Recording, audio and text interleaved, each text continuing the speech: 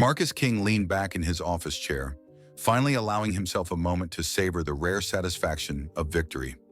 His office was dim, lit only by the soft glow of his desk lamp, casting a warm golden hue over the framed certificates, diplomas, and photographs that adorned his walls. The day had been grueling, and now as he reviewed his closing arguments one last time, he felt a quiet pride. This case had been different, bigger, more complex, and far-reaching. It had demanded not only his legal acumen, but a personal conviction, a dedication to a principle he held close to his heart: justice. He allowed his mind to drift back over the months of preparation, the long hours, the sleepless nights, and the mountains of evidence he had meticulously combed through to understand every angle, every potential argument. His opponent had been formidable, an attorney known for aggressive tactics and courtroom charisma.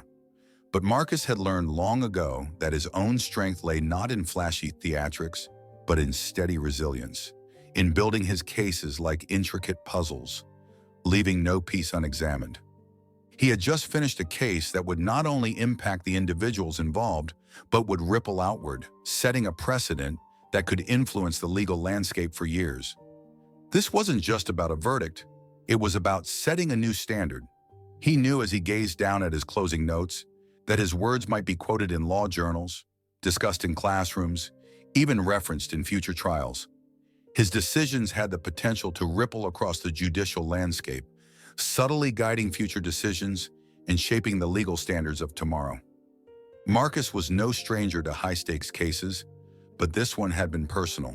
He had seen in it echoes of the injustices he had witnessed and experienced over the years. Even in his own rise to prominence, he had faced countless doubters, those who had looked at him and seen only the color of his skin rather than the content of his mind. Yet he had persevered, building a reputation that was now nearly unassailable. Cases like this one reminded him why he had pursued the law in the first place: to challenge unfair practices, to protect the vulnerable, and to use his platform to push for change. He knew the world wasn't always just, but he believed in the power of individuals to bend the arc of history, even if only slightly, towards justice. The courtroom earlier that day had been a crucible, filled with tension so thick it seemed to weigh on everyone present. As he had spoken his closing arguments, he could feel the room hanging on his every word. It was a delicate balance, appealing to the jurors' sense of fairness, while subtly reminding them of the weight of their responsibility. He had chosen his words carefully, framing his argument around principles he believed were undeniable: equality, fairness, and respect for the law. When he finished, he had seen something rare in the jurors' eyes: understanding, perhaps even respect. They had listened, not because he demanded it, but because he had earned it. Now, alone in his office, he allowed himself a rare smile. He knew he would have to move on quickly. New cases and new battles were always just around the corner. Yet tonight, he wanted to savor the moment. He took a deep breath, feeling the tension in his shoulders ease. He was grateful, too, for the people who had supported him: his mentors, his colleagues, and even his family, who had taught him, in their own quiet ways, the value of resilience and integrity. As he sat there, he thought of the young attorneys who looked up to him, who saw in him a role model, perhaps even a trailblazer. He knew the pressures they faced. He had once been in their shoes.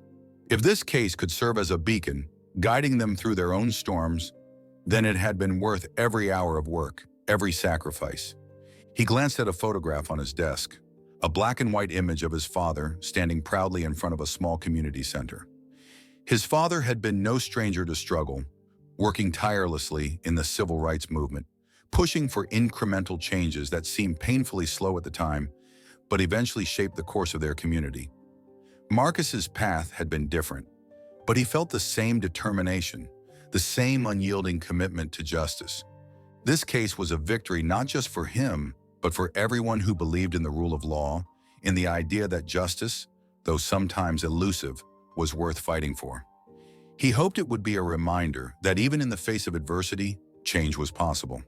He closed his eyes, picturing the countless others who had walked into courtrooms across the country, advocating for causes big and small, often with little acknowledgement or reward. He felt a surge of gratitude for the journey he had taken, for the moments of struggle that had tested him, shaped him, and ultimately led him here. And he felt an even greater sense of responsibility to continue fighting, to keep pushing for a system that honored fairness over favoritism, justice over prejudice. Taking a final deep breath, Marcus rose from his chair and gathered his belongings. He could still feel the weight of the day, the echoes of his words reverberating in his mind. Yet as he walked out of his office, he felt lighter, knowing he had done his part, at least for today, to bring the scales of justice a little closer to balance.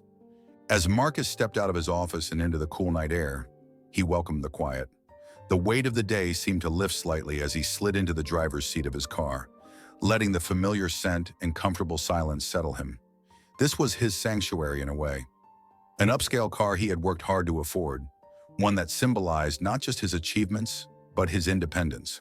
He pressed the ignition, and the engine's smooth hum signaled his shift from Judge King to simply Marcus, the man who, for tonight, could take a deep breath and enjoy a moment of solitude. The drive took him along winding roads lined with large, well-manicured trees, their branches arching elegantly over the street as if to welcome him home. Streetlights cast warm pools of light across the pavement, creating a tranquil scene that matched his mood. As he navigated through his neighborhood, he found his thoughts wandering. It had been a long time since he'd allowed himself to truly unwind like this, letting go of the day's worries to focus only on the rhythm of the road. In the back of his mind, he knew tomorrow would bring another set of challenges. His docket was packed with cases, each demanding its own kind of attention and focus. But tonight, he wanted to set it all aside. He thought of the weekend plans he'd been promising himself, a quiet morning with a good book, perhaps a call to his sister, who always had a way of making him laugh.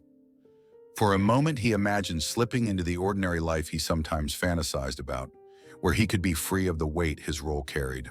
The thought brought a faint smile to his face, and he could almost feel his shoulders relaxing. As he turned onto a quiet side street, he allowed himself a bit more speed, enjoying the freedom of an open road. Here, in the quiet of his neighborhood, he could find a kind of peace that was elusive during the day. He was just a man, driving home to enjoy a well-earned rest.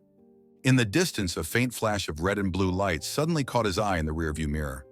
At first, he thought it was a passing patrol car, a routine sight in his line of work, and he instinctively prepared to move aside.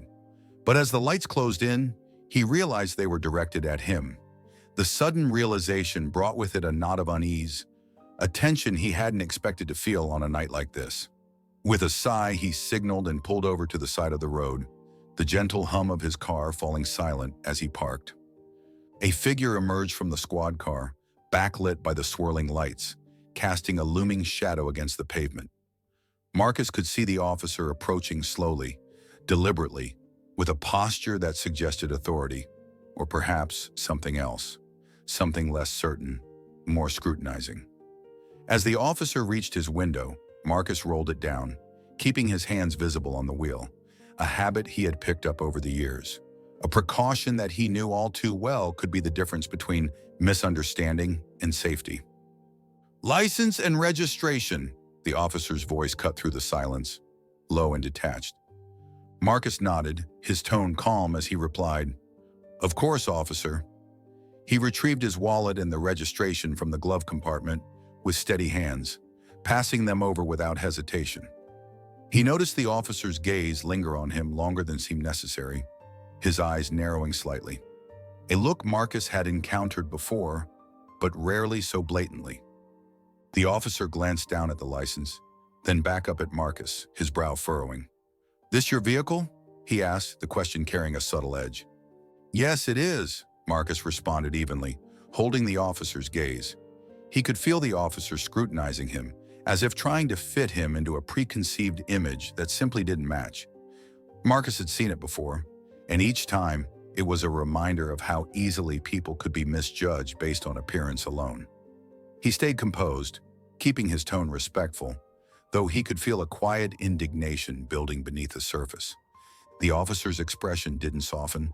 Instead, he took a step back, his hand resting on his belt, his posture growing more rigid. "Step out of the vehicle," he ordered, his tone leaving no room for negotiation. Marcus's pulse quickened, but he kept his movements slow and controlled, reaching for the door handle.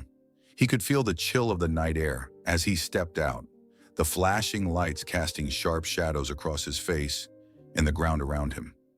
He was aware of the onlookers beginning to gather, peeking through windows or stepping onto their porches, drawn by the sight of the patrol car and its blaring lights. This was his neighborhood, his home. Yet in this moment, he felt like a stranger under the watchful eyes of both the officer and the bystanders. "Turn around and place your hands on the hood," the officer instructed, his voice filled with a condescending tone that carried an assumption of guilt. Marcus did as he was told, suppressing the anger rising in him. The officer's hands were rough as they patted him down, moving over his pockets and shoulders with a thoroughness that felt more humiliating than necessary. Marcus could feel the burn of embarrassment creeping up his neck, an uncomfortable mix of anger and shame. He'd spent his life commanding respect, building a reputation that people admired. Yet here he was, being treated like a criminal in his own neighborhood. As the frisk continued, Marcus noticed familiar faces gathering nearby. Neighbors who knew him, who had greeted him at block parties and waved as he mowed his lawn. Now their eyes were wide, their expressions a mix of shock and unease. He knew they were watching every movement, every slight, witnessing him stripped of the dignity he had worked so hard to earn. The officer moved back, signaling him to stand up. Without a word, he opened the car door and began rummaging through Marcus's belongings, his hands rifling through the glove compartment, the back seat, and even under the floor mats. The search was invasive, unrelenting, and thoroughly unjustified. Marcus stood silently, watching, his composure a thin veil over the frustration simmering beneath. The minutes stretched out, each one feeling like an eternity. He could see the officer's face twisted in concentration, looking for something, anything, that could validate his assumptions. But there was nothing. Marcus's car, his belongings, his demeanor, all were impeccable, and it was clear to him that the officer was coming up empty-handed. A soft murmur ran through the small crowd that had gathered, neighbors exchanging glances and whispers. Marcus's hands were clenched at his sides, but his face remained expressionless, a mask of control that only he knew was beginning to crack. He took a deep breath, feeling the familiar sense of injustice weigh on him, a reminder that despite all he had achieved, there were still moments when he was seen not for who he was, but for what others assumed him to be. Finally, as the officer finished his search, he looked back at Marcus with a hint of irritation, as if Marcus's innocence were an inconvenience. For a moment, Marcus considered simply letting it go, enduring the final insult in silence. But something in him stirred, a quiet resolve, a reminder of his responsibility not just to himself, but to the countless others who had been subjected to similar treatment without the means to challenge it. Without a word, he reached for his phone, his movements calm and deliberate. He dialed a number, keeping his eyes on the officer, who watched with a flicker of suspicion. The tension in the air thickened, but Marcus remained steady, his voice low and measured as he spoke into the phone. He didn't need to explain the situation in detail. A few words were enough to convey the gravity of what was happening. "Just wait a moment," he said to the officer, a subtle shift in his tone signaling a change in the dynamic. The officer's gaze flickered, a flash of doubt crossing his face as he began to realize that perhaps he had made a mistake. The officer's face twisted with impatience as he waited, the flashing red and blue lights casting an eerie glow over Marcus's car and the small gathering of onlookers. Marcus, still calm, watched as the officer resumed his inspection, opening every compartment and examining each item with meticulous scrutiny. There was an odd determination in the officer's movements, a need to uncover something, anything, that would justify the stop, that would validate his assumptions and quiet the whispers now passing between the neighbors who watched the scene unfold with growing unease. Marcus could feel his frustration simmering, though he kept his expression impassive.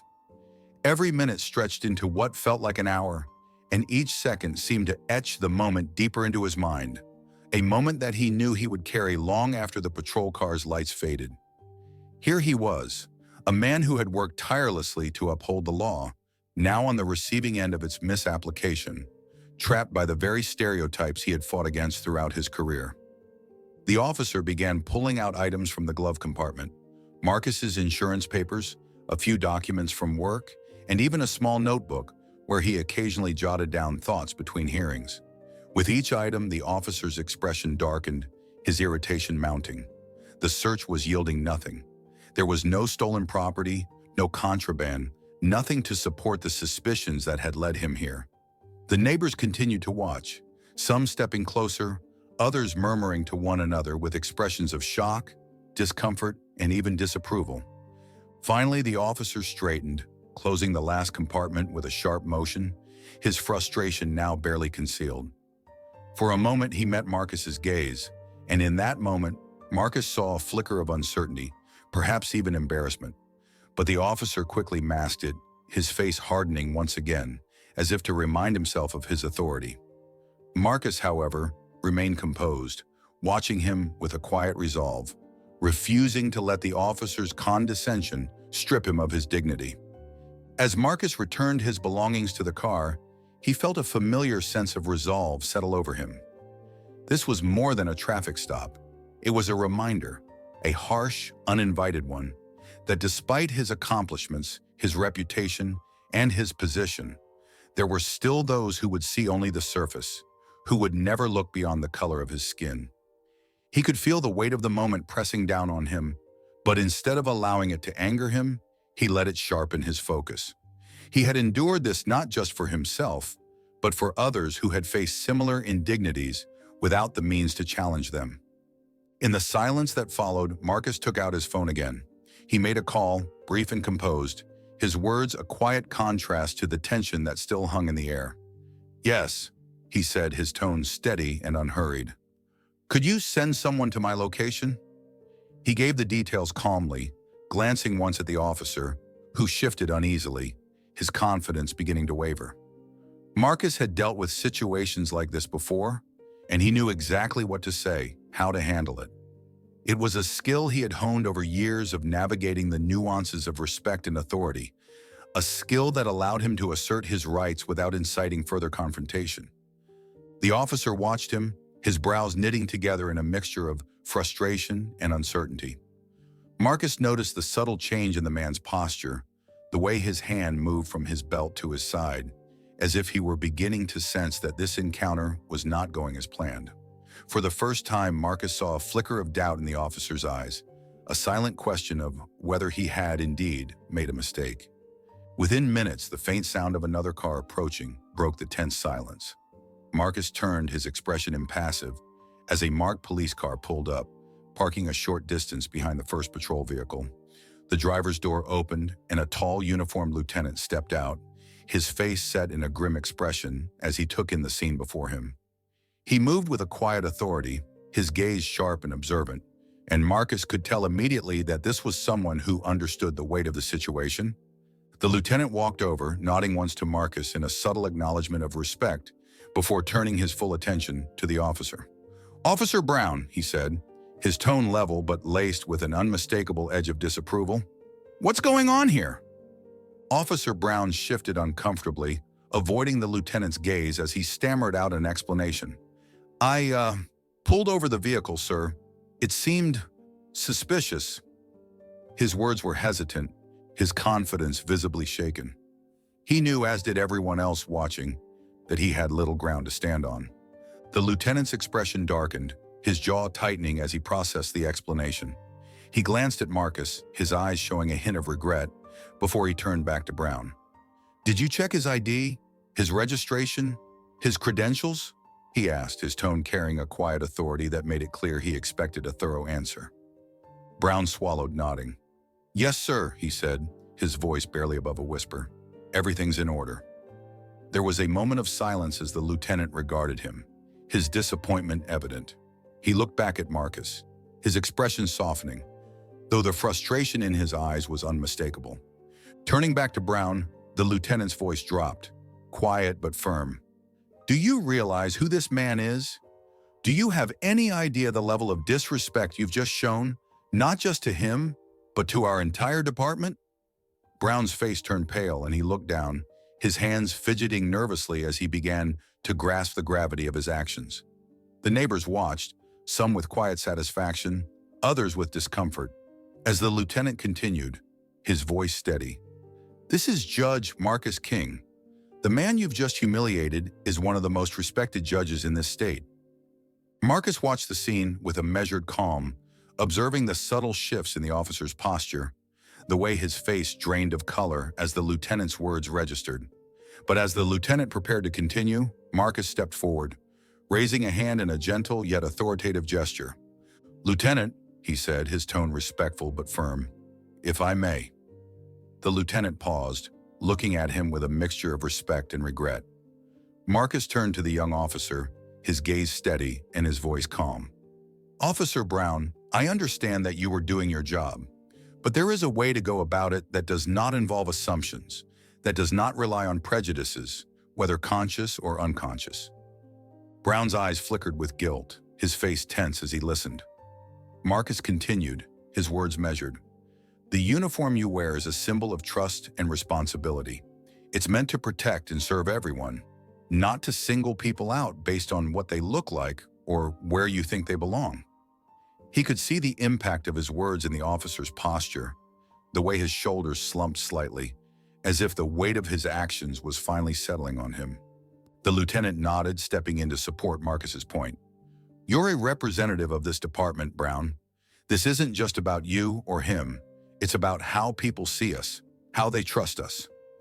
His voice softened as he looked back at Marcus, a silent acknowledgement of the judge's restraint and dignity in handling the situation. Brown swallowed, his voice barely a whisper as he looked at Marcus. I'm sorry, sir," he murmured, his expression a mix of shame and regret. Marcus studied him for a moment before giving a slight nod. "Thank you, Officer Brown. I accept your apology. But let this be a lesson. We all have biases, assumptions that we carry. The difference is in recognizing them and choosing to act in a way that respects others, no matter who they are." He turned to the lieutenant, his tone calm but firm. "Rather than punishment, Lieutenant, I'd ask that you consider mandatory training, a program that can help prevent this from happening again. Dismissals and suspensions can create a temporary fix, but education and understanding are what create lasting change." The lieutenant nodded thoughtfully, clearly impressed by Marcus's response. "Thank you, Judge King. We'll make sure this is addressed properly." He gave a small nod of respect, then turned to lead Brown back to the patrol car, the young officer looking chastened as he followed. As Marcus watched them go, he felt a mix of relief and resolve. The evening's events had been a reminder of the biases that lingered within society, yet he knew that the path to change was through patient leadership and a willingness to educate. He glanced around at the neighbors, who now looked at him with a mixture of respect and admiration.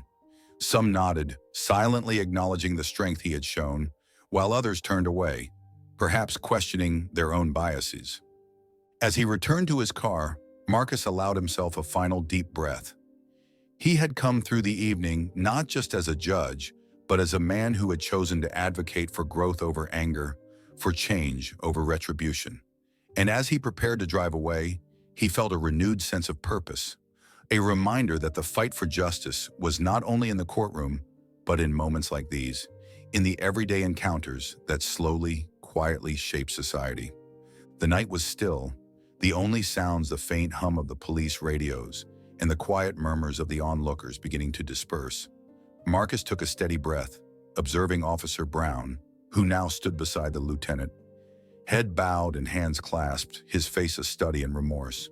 The harshness of the patrol lights still cast an uneasy glow over the scene, but the tension had eased, leaving in its place a lingering sense of consequence. Marcus could see in the officer's posture that he understood, perhaps for the first time, the magnitude of what he had done.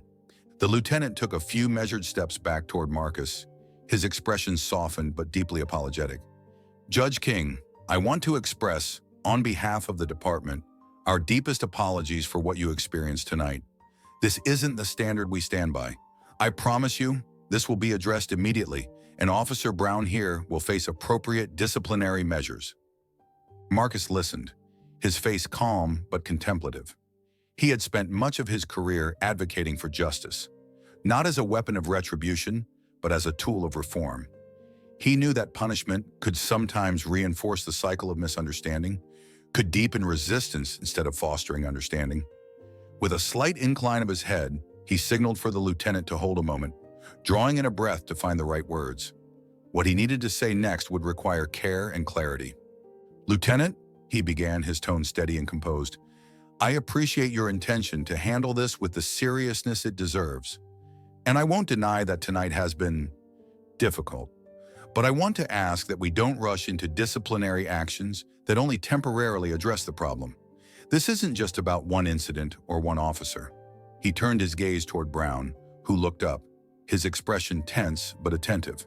"This is about a larger issue, one that goes far beyond this evening."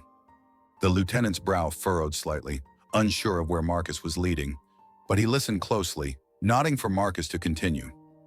"What I propose," Marcus said, choosing each word carefully, "is a program, training and education aimed specifically at understanding and addressing implicit biases. Officer Brown's actions tonight were influenced by assumptions that we all have on some level, but those assumptions can have real damaging consequences if left unexamined. This is a chance to turn tonight's incident into an opportunity, not just for Officer Brown, but for the entire department." The lieutenant's eyes widened slightly, surprise flickering across his face. He had expected anger, perhaps a demand for punitive measures, something that would quiet the situation but leave things fundamentally unchanged. But Marcus's proposal offered a path that reached deeper, challenging the department to engage in self-reflection and growth. It was an uncommon request, especially in circumstances as charged as these. Officer Brown, still visibly shaken, glanced up at Marcus with an expression that bordered on disbelief. Marcus could see the question in his eyes, the hesitation, the uncertainty, and perhaps even a spark of gratitude. This wasn't the outcome he had expected, nor the outcome he believed he deserved, and the weight of it left him visibly moved. He shifted uncomfortably, his hands still clasped as he tried to process the judge's words. Marcus continued, his voice carrying a calm but unyielding resolve. "Officer Brown, tonight you made assumptions about me based on things you think you know, based on appearances. But those assumptions were incomplete, and they led to actions that were unjust. I don't say this to shame you, but to make clear that the cost of those assumptions is high, not only for those like myself who are wrongly profiled, but for you as an officer, a person of authority entrusted with public trust." He took a step closer, his gaze holding Brown's, firm but not hostile. "In this job, you wield a power that can either protect or harm. If that power is used without care, without understanding, it loses its integrity. It loses its ability to serve. What I'm asking is that you learn from tonight, not just as a formality, but as a chance to grow. It's a rare thing in this life, Officer Brown, to be confronted with our own biases so directly. This is an opportunity, if you choose to accept it, to confront them and to work toward becoming a better officer and perhaps even a better person." Brown nodded slowly, visibly moved by Marcus's words. His face showed a struggle, a conflict between his defensiveness and a dawning recognition that Marcus's words were not meant to punish, but to guide. He had not anticipated this level of compassion, and it was clear that it was humbling him in a way that went beyond any formal reprimand could achieve. The lieutenant, witnessing the exchange, cleared his throat, his expression thoughtful. "Judge King, this is not the approach we're used to, but I can see the value in it. I'll be honest with you, this kind of training, this level of introspection, isn't something most officers are prepared for. But I believe that if we approach it as you suggest, with openness and a real commitment to change, it could be beneficial, not just for Officer Brown, but for the entire department." Marcus nodded, a slight smile tugging at the corner of his mouth as he saw the lieutenant's willingness to embrace a different approach. "I believe that real reform begins when we're willing to look within, to acknowledge our flaws, and to work to correct them.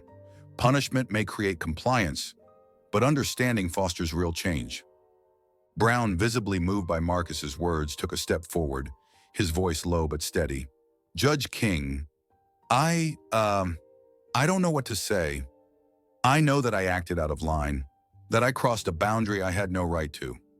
I'm sorry, truly. I never intended to disrespect you like that. I can see now that I have a lot to learn." His voice broke slightly, and Marcus could see the sincerity behind the apology, the crack in the wall of bravado that had once masked his assumptions. "Apology accepted, Officer Brown," Marcus replied, his tone gentle but firm. "And remember, this isn't just about me or you.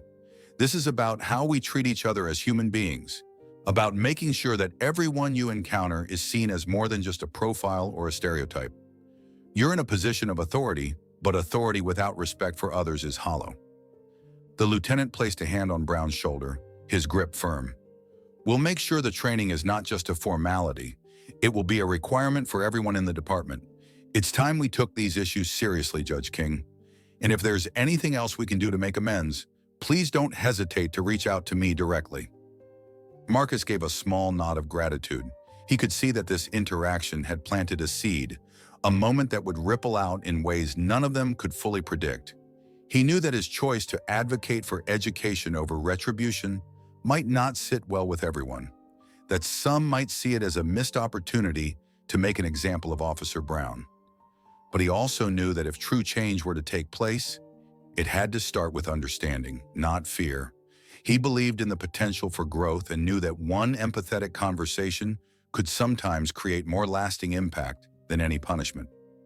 As the lieutenant and Officer Brown returned to their vehicle, Marcus felt a sense of closure.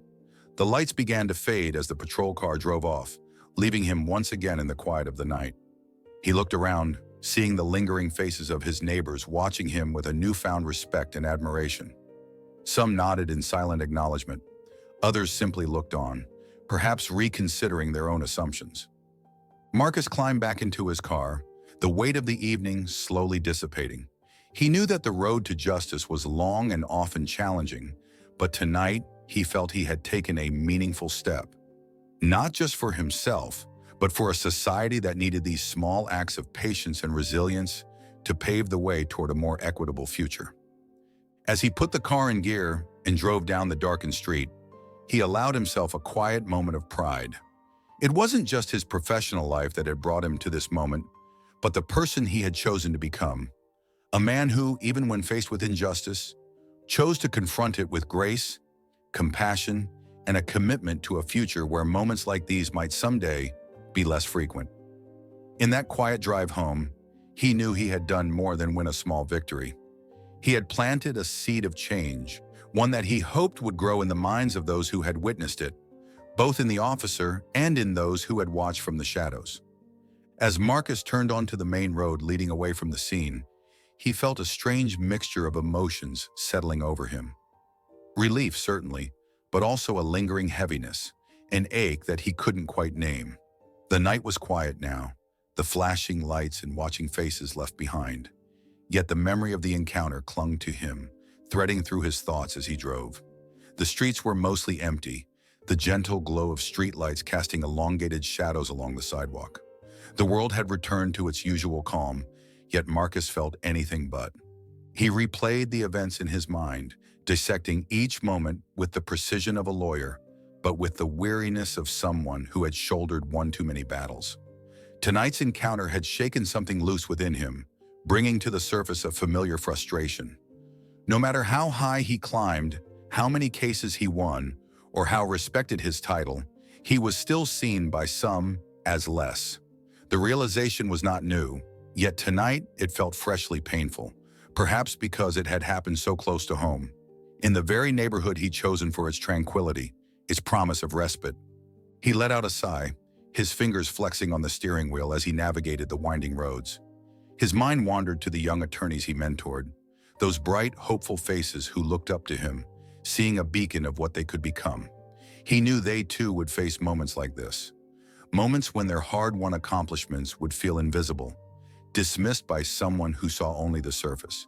He hoped that, when that time came, they would find strength in their resilience, that they would remember nights like these as a reason to push forward, not an excuse to turn back. The reality of racial profiling was something he'd studied academically, understood philosophically, but it was different to confront it personally. Tonight he had done more than defend himself. He had defended a principle, an idea that transcended any single person. His decision to request training over punishment had been deliberate, a choice rooted in his belief that systems change when people are educated, not just chastised. In choosing that path, he hoped to remind Officer Brown, and perhaps even the lieutenant, that everyone deserves respect, and that respect can be a more effective agent for change than retribution. As he neared his home, he felt the weight of exhaustion settling over him, though it was not the usual physical fatigue. This was something deeper, a soul-weary feeling that came from the constant vigilance he had learned to carry. It was a quiet, persistent ache, one that lived in his chest, just under his ribs, a reminder of the endless work that still lay ahead. He parked in his driveway, gazing at his home, his sanctuary, the place where he allowed himself to let down his guard. But tonight, the sight of it brought a pang of sadness. This was his fortress, yet even here, he hadn't been fully safe from prejudice. The irony wasn't lost on him, and he found himself wondering how many others had felt this same sense of disillusionment, the feeling of being an outsider in their own lives. He sat there for a moment, letting the silence soothe him before finally stepping out of the car. Inside, he moved through the quiet rooms, glancing at the photos on the walls. Images of family, friends, and moments of pride. Each photo told a story, a narrative of triumph over hardship, of resilience and growth. Yet tonight, they seemed to whisper reminders of the journey still unfinished. He reached for a framed photo of his father, a man who had also fought battles, though in a different era and on different fronts. His father had been a man of quiet strength, a figure who had taught Marcus the importance of standing up, not just for oneself, but for those who would come after. The memory brought a sense of grounding. He had faced the events of the night with integrity, channeling his father's strength, yet he felt a pang of frustration, knowing that the path ahead would likely be lined with similar challenges. The fight for change was not a single victory, but a lifetime of small, incremental steps, each one chipping away at a deeply rooted structure. As he looked at his father's face, he felt a renewed commitment to that journey, a determination to keep walking the path, no matter how long or winding it might be. Sinking into his armchair, he allowed himself a moment to close his eyes, letting the fatigue wash over him fully. He knew he had done the right thing, but he couldn't ignore the toll it had taken. The world was changing, yes, but it was not changing quickly enough, and the road to justice seemed to stretch endlessly before him. He thought about Officer Brown, about the lieutenant, and the neighbors who had watched from their windows and doorsteps. He wondered if tonight's encounter had planted seeds in their minds, seeds of awareness, empathy, and perhaps even a willingness to confront their own biases. After a while, he felt the exhaustion recede, replaced by a quiet resolve. He thought of his role as a judge, the countless cases he presided over, and the impact of his decisions not just on the people in his courtroom, but on society at large. Tonight, he had been reminded of the power he held, not as an instrument of retribution, but as an advocate for education and reform. He saw himself as part of a larger tapestry, a network of people striving for a future where justice wasn't selective, where dignity was universal. The following morning, Marcus awoke to sunlight filtering through his bedroom window, a gentle reminder that a new day had come. The events of the previous night lingered in his mind, but he felt lighter, as though some of the heaviness had been lifted in his sleep. As he prepared for the day, he took a moment to look at his reflection in the mirror, seeing not just the judge, the man of the law, but a person who had chosen to stand with grace in the face of prejudice. It was a quiet moment of acknowledgement, a reminder of his purpose. As he headed to the courthouse, he felt a sense of clarity. He would continue his work, both on the bench and in his community, advocating for changes both big and small. He knew that he was just one man, that his influence had limits, but he also knew that change was rarely the work of a single person. It was the cumulative effort of many, each taking their own steps, each pushing against the barriers in their own way. The courthouse loomed before him as he approached, its columns tall and imposing, symbols of the law's authority. But to Marcus, they represented something more, a promise, however imperfect, of fairness and equality.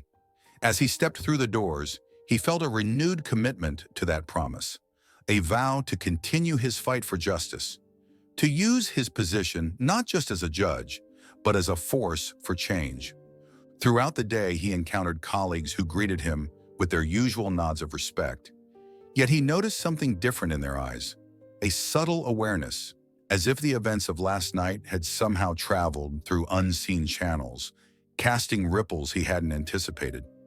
It was in the way they looked at him, a hint of understanding that spoke volumes. In his courtroom, he presided over cases as he always did, with fairness and deliberation. Yet he found himself more attuned to the subtleties, the unspoken narratives that lay behind each case, each defendant, each argument.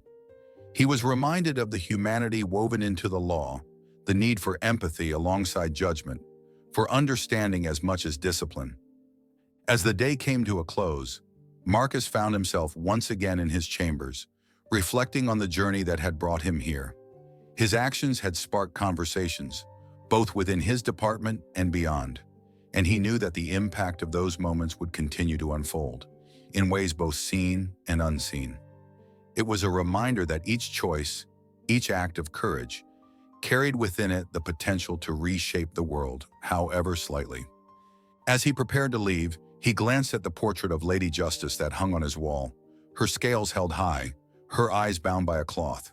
The image struck him differently today, reminding him that justice, though blind, was not without compassion. It was a balance, a harmony between law and humanity, and it was a balance he was committed to preserving. Driving home, Marcus felt a sense of peace he hadn't felt the night before. He had taken a step, a small but significant step, toward a future he believed in. And as he passed through his neighborhood, he saw familiar faces, neighbors who waved, who looked at him with respect, perhaps even admiration, a silent acknowledgement of his courage. He knew there would be more battles to face, more moments where he would be tested, but tonight he felt ready. He was not just a judge, not just a man in a robe. He was a guardian of a principle, a belief that justice belonged to everyone, and he would continue to fight for that belief, one day, one case, one moment at a time.